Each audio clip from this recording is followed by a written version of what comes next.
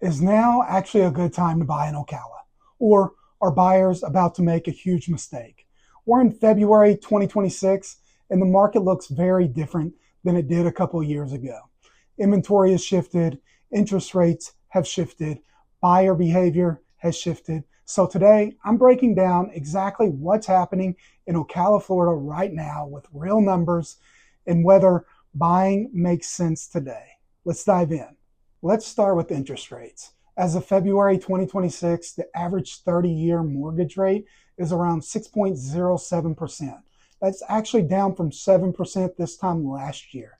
Even a small change in rates can make a big difference in monthly payments. For example, last year, a $350,000 home at 7% may have cost roughly $2,300 per month. Today at 6.07%, that same home would cost you $2,100 per month.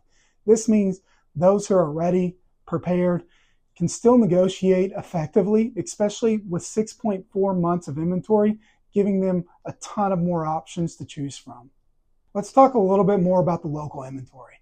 As of February 2026, Ocala currently has 4,589 active homes on the market. That's compared to 5,040 this time last year. That puts us at about 6.4 months of inventory, which tells us we're slightly in a buyer's market still, with homes sitting on the market for an average of 60 days compared to 65 days last year at the same time. Here's what all of this means depending on who you are. If you're a first-time home buyer, this is actually one of the more manageable windows we've seen in recent years. You likely have more time to make decisions, you can negotiate more, you can ask for seller concessions, you may even be able to negotiate rate buydowns. And if you're a move-up buyer, the key question here becomes, are you also selling a home? Because while buying may feel more balanced, pricing your current home correctly from the beginning is very critical in this inventory environment. Now, if you're an investor, margins matter more right now. Appreciation has slowed compared to the boom years. You can't rely on instant equity anymore. And deals need to make sense from a rental income and long-term hold perspective. Strategy matters more now than anything. The part most agents won't say right now is this. There are real considerations in Florida's market right now. Insurance costs have risen. Property taxes adjust with value. Maintenance costs are not cheap.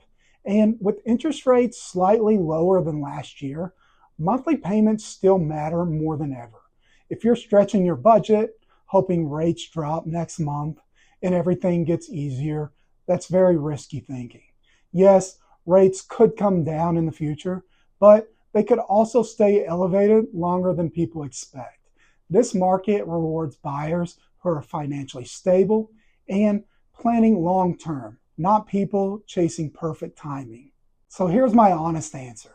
When asked if it's a good time to buy, if you're financially stable, if you plan to hold the property for several years, if the payment works comfortably within your budget, then yes.